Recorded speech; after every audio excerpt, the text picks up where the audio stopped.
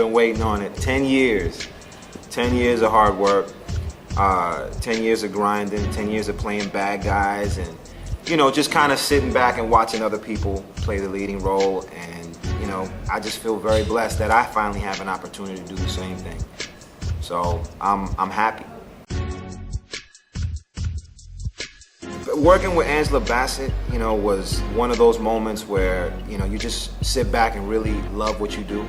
I've had those moments when I was working with James Cameron and with Spike Lee and, just other actors that I've always looked up to. And working with Angela was one of those moments. I mean, I felt that way when I found out she was brought onto this film. It was surreal. This is Tina Turner, who in my eyes is one of the best actresses our people have ever given birth to. So we were at the wrap party, and Angela Bassett pulls me aside, and I'm just telling her what a great opportunity it was for me to work with her, and just how elated I was. And she told me her feelings about what I did in this film and me as an actor. And it almost brought me to tears to hear somebody who I respected so much tell me, how good of an actor she felt I was. And she just gave me some words of encouragement. She's been in this business forever, and she's seen a lot of people come and go, and she just really, really supported me and what I'm doing. And it was just one of those nights that, I'm still waiting to get my recognition as far as, my awards one day, hopefully. I can earn those, but to get a recognition from your peers, that's the best recognition you could possibly get. Jumping to Broom is a story of, first of all, it's black love. We see a lot of black sex, but we don't see black love like we used to. The Love Jones, the Boomerangs, the, Trading Places, that's black love. Coming to America, and I just saw the film last night. And I knew when we were making it that it was special, but after seeing the finished product, I put it on everything. This is a classic. It's a classic film about black love. And when people see it, they're gonna fall in love with this movie. They're gonna buy it, they're gonna play it over and over and over again.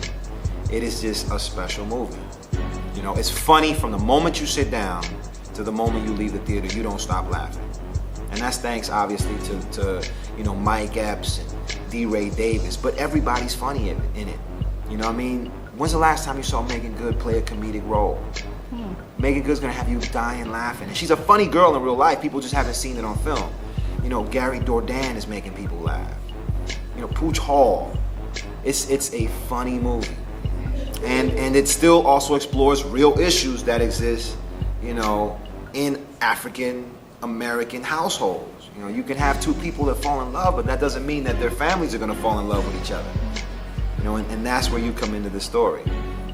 Paul and I, we meet, we fall head over heels for each other, but then when the families meet, it ain't too pretty.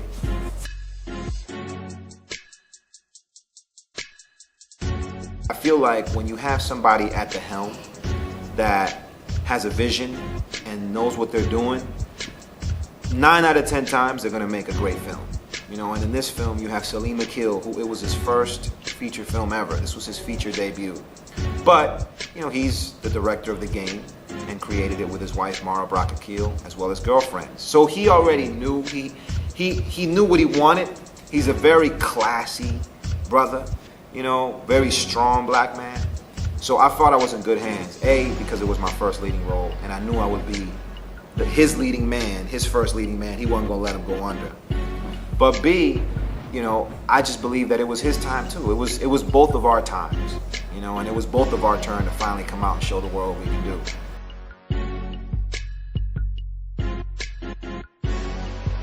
I don't have a bad feeling about the whiteout. I don't even think it should be called the whiteout. Because at the end of the day, we as African American actors, as black actors, should not expect to get Oscars every year unless we have Oscar-worthy films and Oscar-worthy performances. So if we don't have them one particular year, it doesn't mean that the world has come to an end or we have failed as a people. We just had a light year. Next year, we'll have those films. We've had them for the last, 5-6 years, back to back, and earned them. We weren't there, just on some, okay, well, we need a black person to nominate this year. No, and the minute we get to that point, then that's going to be very sad on our part to expect that. Because everybody that has been nominated for an Oscar deserved it, and everybody that won it, African Americans, deserved it. When Denzel got his, when Halle got hers, Jamie, Viola, everybody deserved it. Monique, there was no question in anybody's mind that they should have been there. So if this year they would have nominated somebody just to have them in there, that's whack. And I don't want to be a part of that. I don't ever want to get nominated for anything until I earn it, until I deserve it. So we just had a light year. It's okay. Support the films that are nominated. I'm single. And it's free. I just came back from being in Canada for 6 months. And when you go away to work on a film or a TV show, everything that you leave back home is still there, minus you.